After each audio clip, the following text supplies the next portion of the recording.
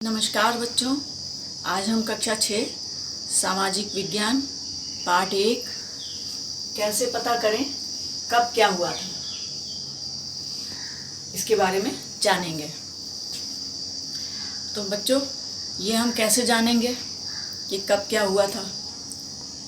तो आप अपने परिवार में दादा दादी नाना नानी से परिवार की पुरानी बातें तो उनसे जान लेते हैं, और आजकल जो क्या हो रहा है ये हमारे रेडियो टीवी आदि के माध्यम से हमें पता चलता है।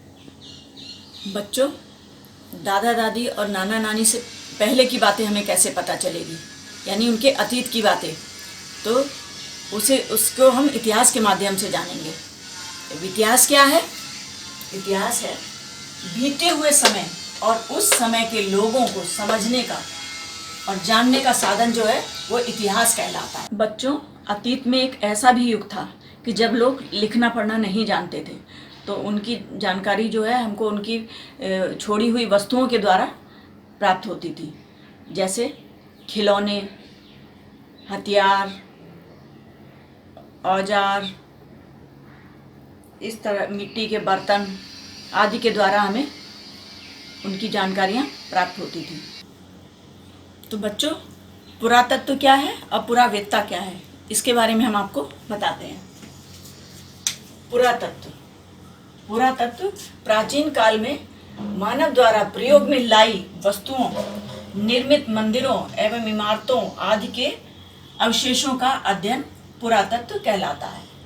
यानी पुराने समय में जो भी मनुष्य की जो पुरानी चीज़ें होती थी, उन्होंने जो निर्माण किया है किसी भी इमारत का, मंदिर का, तो उसके जो अवशेष, खंडर जो होते हैं, उसके द्वारा जो हमें अध्ययन मिलता है उसे हम पुरातत्व कहते हैं।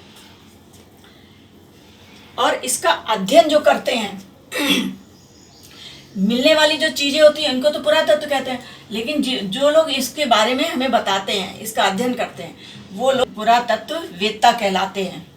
तो ये है पुरातत्व और पुरावेत्ता। बोलो। तो बच्चों, इतिहासकारों ने अतीत के आधार पर इसको 3 भागों में बांटा है। पहला है पूर्व या प्राक ऐतिहासिक काल, दूसरा है आद्य ऐतिहासिक काल, तीसरा है ऐतिहासिक काल। अब ये पूर्व प्राक ऐतिहासिक काल क्या है? वह समय जिसके लिए कोई लिखित सामग्री उपलब्ध नहीं है, वह कहलाता है पूर्व प्राक ऐतिहासिक काल। आद्य ऐतिहासिक काल, जिसमें लिखित सामग्री तो है लेकिन हम उसे पढ़ नहीं सकते, ऐसा समय आद्य ऐतिहासिक काल कहलाता है।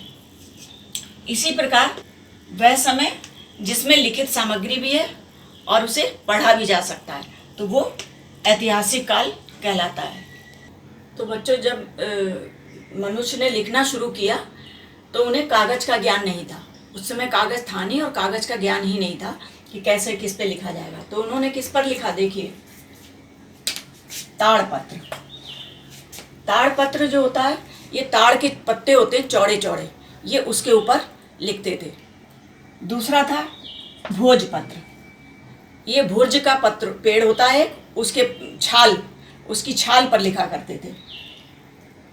तीसरा है ताम्रपत्र। ये तांबे के पतले पतले चपटे टुकड़े होते थे, उसके ऊपर लिखा जाता था। चौथा है स्तंभ लेख। स्तंभ लेख यानी कोई खंबा, पिलर, उसके ऊपर जो लेख लिखा जाता था वो स्तंभ लेख कहलाता था। पांचवा शिलालेख, जो चट्टानों के ऊपर, पत्थरों के ऊपर लिखा जाता था, वो शिलालेख कहलाता था। बच्चों, इतिहासकारों ने इतिहास को जानने के 2 स्रोत बताए हैं। पहला है पुरातात्विक स्रोत और दूसरा है साहित्यिक स्रोत। पुरातात्विक स्रोत में इतिहासकारों ने खुदाई करके अभिलेख, सिक्के एवं मोहरे, हड़प्पाकालीन नगर, धौलावीरा, सारनाथ स्तूप आदि के बारे में पुरातात्विक स्रोत की जानकारी जुटाई। इसके पश्चात दूसरा स्रोत है साहित्यिक स्रोत। इसमें अतीत की घटनाओं को लेखकों ने पुस्तकों में लिख करके लिपिबद्ध कर दिया है। इसी को साहित्यिक स्रोत कहते हैं। जैसे धार्मिक साहित्य है, इसमें वेद लिखे हैं तो उसमें आर्यों के संबंध में है। रामायण और महाभारत, इनको किसने लिखा है? वाल्मीकि और वेद व्यास ने। इसमें महाभारत कालीन समाज के विषय में दर्शाया गया है। जैन एवं बौद्ध धर्म साहित्य, इसमें 6ठी शताब्दी ईसा से पूर्व की राजनीतिक, सामाजिक एवं धार्मिक स्थिति है। अगला है धर्मोत्तर साहित्य। इसमें अर्थशास्त्र तो जानते होंगे आप लोग, किसने लिखा था? चाणक्य इसके लेखक थे। इनको कौटिल्य भी कहते हैं। इसमें मौर्यकालीन समाज की सामाजिक, राजनीतिक, आर्थिक और धार्मिक स्थिति का वर्णन है। अगला है राज तरंगिणी, जिसके लेखक हैं कलहड़। इसमें कश्मीर के 11वीं और 12वीं शताब्दी के इतिहास के विषय में लिखा है। इसके बाद है विदेशी यात्रियों के वृत्तांत, जो हमारे देश में विदेशी यात्री आए थे उनके बारे में वर्णन है। इंडिका पुस्तक किसने लिखी थी? यूनानी राजदूत है मेगस्थनीज। इसमें चंद्रगुप्त मौर्यकालीन समाज की झलक देखने को मिलती है। अगला है यात्रा विवरण। जब चीनी यात्री भारत आया था, फाहियान जिसका नाम था, उसने लिखी है। इसमें गुप्त काल से संबंधित विषय का वर्णन है। अगला है यात्रा विवरण। यह है चीनी यात्री ह्वेंगसांग, जिसमें राजा हर्षवर्धन के शासनकाल का विवरण दिया गया है। तो बच्चों, पुरातत्ववेत्ताओं ने जब खुदाई की तो खुदाई में कुछ अवशेष मिले। उनमें से थे जैसे सिक्के और मोहरें हैं। तो उस सिक्के और मोहर से उस समय के राजा का और उसका सिक्के की बनावट से उसकी कला का और धातु से उसकी आर्थिक स्थिति की जानकारी प्राप्त होती है। जैसा कि सिक्के में दिखाया गया है कि गुप्तकालीन शासक कुमार गुप्त प्रथम घुड़सवारी कर रहे हैं। तो इससे पता चलता है कि ये उस समय के शासक जो थे वो अच्छे घुड़सवार थे। और इसी से सिक्के से इतिहास का लेखन और महत्वपूर्ण योगदान का पता चलता है। इसी प्रकार बच्चों, मेसोपोटामिया में जब खुदाई हुई तो वहाँ हड़प्पा कालीन मोहरें मिली। इससे ये ज्ञात होता है कि हड़प्पा वासियों का व्यापार जो है मेसोपोटामिया से होता था। सारनाथ स्तूप जो है उत्तर प्रदेश में स्थित है। इस स्तूप का निर्माण मौर्य वंश के शासक अशोक ने कराया था। महात्मा बुद्ध ने सर्वप्रथम सारनाथ में अपना उपदेश दिया। तो बच्चों, इस प्रकार पुरातात्विक और साहित्यिक दोनों स्रोतों से हमें इतिहास की जानकारी प्राप्त होती है। विदेशी यात्रियों के विवरणों से भी हमें तत्कालीन इतिहास की जानकारी मिलती है। प्राप्त स्रोतों की सहायता से ही इतिहासकार और पुरातत्वविद अतीत का पुनर्निर्माण करते हैं। इतिहासकार इन्हीं स्रोतों से अतीत की कृषि, पशुपालन, कामगार, शिल्पकार, धंधे, व्यापार, नापतौल, लेन देन, कर आदि के आधार पर आर्थिक स्थिति का वर्णन करते हैं।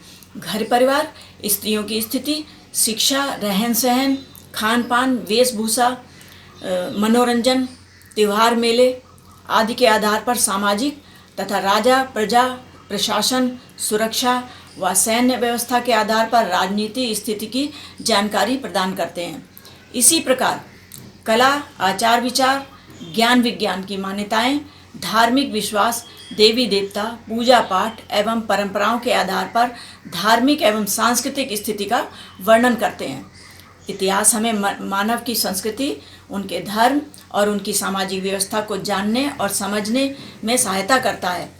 इतिहास का अध्ययन अतीत से वर्तमान और भविष्य के लिए सबक लेना सिखाता है।